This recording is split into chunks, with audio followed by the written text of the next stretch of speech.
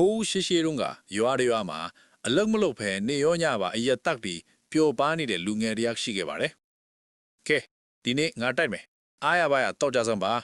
။သူကအရက်ကြိုက်လို့လားမသိ။သူ့ဘေးနားမှာအမြဲတမ်းတငယ်ချင်းတွေအများကြီးဝိုင်းနေတတ်ပါတယ်။ဒါနဲ့တနေ့မှာအခန်းထဲမှာအရက်ခွက်တီပြန့်ကျဲနေတာကိုဖခင်ဖြစ်သူကမြင်တော့ငုံငန်းပြီးပြောလိုက်ပါတယ်။ဒီလောက်စိတ်ပြတ်ဖို့ကောင်းတဲ့ကောင်။အခုတော့အိမ်ထဲမှာအရက်ပွဲလုံးနေတာလား။သားပြေသူကမူးကြောင်နဲ့ပြန်ပြောပါတယ်။အဲ့လောက်လည်းမပြောပါနဲ့။ကျွန်တော်မှလည်းအကြံရှိပါတယ်။ဘာအကြံရှိလို့လဲ။အဲ့ဒီခါသားကဒီလိုပြန်ပြောလိုက်ပါတယ်။အဖေကိုယ်တိုင်ပဲလောကကိစ္စအားလုံးဟာလူတွေလွတ်တာလူတင်ပေးခဲ့တာမဟုတ်လား။ဒါကြောင့်တိတ်မဆူပါနဲ့။ဒီတငယ်ရင်းတွေဟာကျွန်တော်ဒုက္ခရောက်တဲ့အခါကျင်းသေးပေါက်ကူညီပေးမဲ့သူတွေပါဖခင်ကသားရဲ့စကားကိုတေချာနားထောင်ပြီးပြောပါတယ်လောကမှာတငယ်ချင်းကောင်းရဖို့ဆိုတာတကယ်ခက်ခဲတဲ့အရာပဲမဲမအဲ့လိုတငယ်ချင်းတွေဒီလောက်တောင်များနေရလားဟုတ်ကဲ့ဖေလောကမှာအစားထိုးလို့မရတဲ့တငယ်ချင်းတွေပါပဲအေးဒါဆိုရင်ငါကိုယ်တိုင်မင်းရဲ့တငယ်ချင်းတွေကိုတစ်ခါလောက်စမ်းသပ်ကြည့်ရမယ်ဖခင်ကနွားတင်းကုတ်ကိုလက်ညှိုးထိုးပြီးပြောပါတယ်မင်းအခုချက်ချင်းသွားပြီးဟိုဝက်ကိုတတ်ခဲ့ချေဒါကအဖေခိုင်းတဲ့အတိုင်းဝက်ကိုတတ်ပြီးအဖေရှိကိုယူလာပေးပါတယ်အဲ့ဒီခါအဖေကထပ်ပြောပါတယ်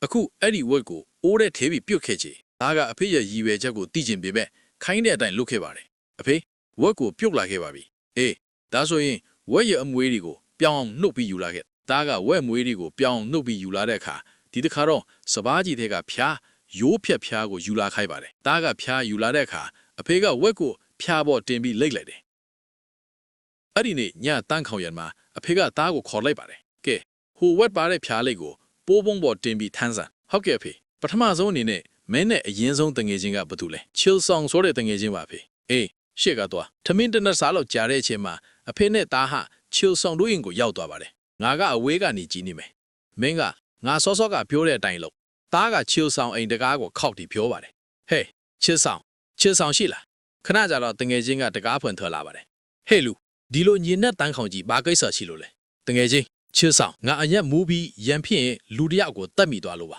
ငါ့ကိုကူညီပါဦးအဲ့ဒီခါတငယ်ချင်းကလန့်ဖြတ်သွားပြီးထမ်းဖို့ကိုကြည့်ပြီးပြောပါတယ်အာအေးခဏဆောင်အောင်အိမ်ထဲဝင်ပြီးဘလို့လောက်ရမလဲဆိုတာကြည့်လိုက်အောင်မယ်အေးကျေးဇူးပဲနည်းနည်းလောက်မြန်မြန်လုပ်ပေးပါသားကထမ်းဖို့ကိုချပြီးတကားဘေးမှာထိုက်ကတငယ်ချင်းပြန်ထွက်လာမှာကိုစောင့်နေပါတယ်ဒါပေမဲ့အတော်ကြာတဲ့အထိတငယ်ချင်းကအဖင်းကိုထွက်မလာဘူးစိတ်ပူလာတဲ့သားကတကားကိုပြန်ခောက်ပါတယ်ဟေးချစ်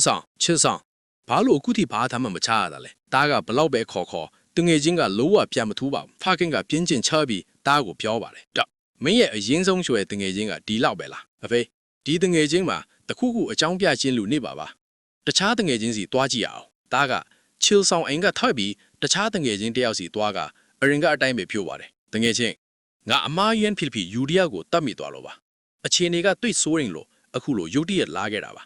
ငါကိုကူညီပါအောင်အဲ့ဒီခါတငယ်ချင်းကလန့်ဖြတ်သွားပြီးစူပူလို့ပြောလိုက်ပါတယ်ဟေ့လူဒါကကိစ္စကြီးလေဘာလို့ငါ့ကိုပါဒုက္ခလာပေးတာလဲဘာမှစစ်မပြောနဲ့တော့အခုချက်ချင်းထွက်သွာ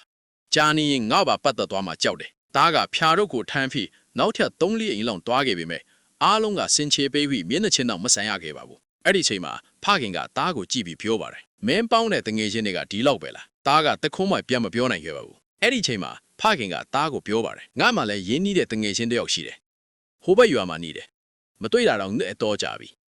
အရင်ဆုံးအဲ့ဒီကိုတွားကြည့်အောင်အဖေနဲ့သားဟာခရီးအဝေးကြီးကိုလမ်းလျှောက်လာခဲ့ပြီးမိုးလင်းခါနီးမှာဖခင်ရဲ့တငယ်ချင်းအိမ်ကိုရောက်သွားပါတယ်ဖခင်ကသားရဲ့တငယ်ချင်းတွေကိုပြောသလိုပဲအလားတကူပြောလိုက်ပါတယ်တငယ်ချင်းအိမ်မှာရှိလားဘသူပါလိငါပါမင်းရဲ့တငယ်ချင်းဂျန်ဆက်ပါဟာတငယ်ချင်းမိုးမလင်းခန်ကြီးဒီထိဘာကိစ္စရှိလို့လဲတငယ်ချင်းငါအမားယွင်းထိပြီးလူတယောက်ကိုတတ်မိသွားလို့ပါအခြေအနေကတိတ်ဆိုးရင်လို့အခုလိုအလောင်းကိုထမ်းလာခဲ့တာပါမင်းငါ့ကိုကူညီနိုင်မလားမကြခင်မိုးလင်းသွားတော့မယ်အရင်ဆုံးအိမ်ထဲဝင်ဒီမှာနေရင်လူတွေမြင်သွားလိမ့်မယ်သူကဖခင်နဲ့လက်ကိုအမြန်ဆွဲပြီးအိမ်ထဲကိုခေါ်သွားပါတယ်ပြီးတော့စပားကြီးတဲကနေပုတ်စိမ့်နဲ့ပောက်ပြာကိုယူလာပြီးပြောပါတယ်အကြောင်းစုံကိုနောက်မှနားထောင်မယ်အရင်ဆုံးအခန်းထဲကကြမ်းပြန်အုပ်တူးပြီးအလောင်းကိုဝတ်ကြစို့မင်းလည်းအမြန်ကူဖြတ်တော့လူတွေရိတ်မိသွားမှဆိုလို့အမြန်လုတ်ကြအောင်အဲ့ဒီအချိန်မှာဖခင်ကရေမောညင်းတငယ်ချင်းကိုပြောပါတယ်ဟာတငယ်ချင်းကြမ်းပြင်ကိုဖြတ်ဖို့မလိုတော့ပါဘူးအဲ့ဒီလိုပြောရင်းဖြာလေးထားတာကိုလက်ညှိုးထိုးပြပါတယ်ကဲကြည့်ပါဦးဒါကဝက်ပါလူမဟုတ်ပါဘူးဟာဖခင်ရဲ့တငယ်ချင်းကဖြာလေးကညီဝက်ထွက်လာတော့အန်အိုးတင်တီကြောင်သွားပါတယ်ဆက်လက်ဒီဖခင်ကအခုဒီဖြစ်ပျက်ခဲ့သမျှအကြောင်းစုံကိုအသေးစိတ်ပြောပြလိုက်ပါတယ်အဲ့ဒီခါတငယ်ချင်းကပောက်ပြားကိုချပြီးအကြွကြီးရေမောပါတော့တယ်ဟာမင်းကလည်းကွာမင်းကအဲ့ဒီလိုလူမျိုးမဟုတ်ဘူးဆိုလားငါသိပြီမဲ့ အခြေအနေကတိတ်စိုးရင်ကြတော့ဒီလိုဖြစ်ထွာတာပေါ့ဟာဟာဟာပြီးတော့အရက်နဲ့အတူဝတ်သားကိုလီးစားရင်နှစ်ပေါင်းများစွာမတွေ့ရတဲ့အလွန်တယ်စကားတွေပြောကြပါတယ်နောက်နေ့မှာဖားကင်းကတငယ်ချင်းကိုနှုတ်ဆက်ရင်းပြောပါတယ်အခုသွားပြီးရင်နောက်ဘယ်တော့မှတွေ့ရအောင်မလဲတယောက်ကိုတယောက်နားလဲဖေးနေတာမင်းပဲရှိတယ်ကွာပြီးတော့သားကိုခေါ်ပြီးအိမ်ပြန်လာခဲ့ပါတယ်အဲ့ဒီကိစ္စကိုကြုံပြီးတဲ့နောက်သားဖြစ်သူဟာခဏတာစကားမပြောဘဲနေပါတယ်အရက်ကိုလည်းလုံးဝမတောက်တော့ပဲသူ့ရဲ့မျက်နှာအမူအရာကိုကြည့်ရတာတခုခုကိုနားလဲသဘောပေါက်သွားပုံရပါတယ်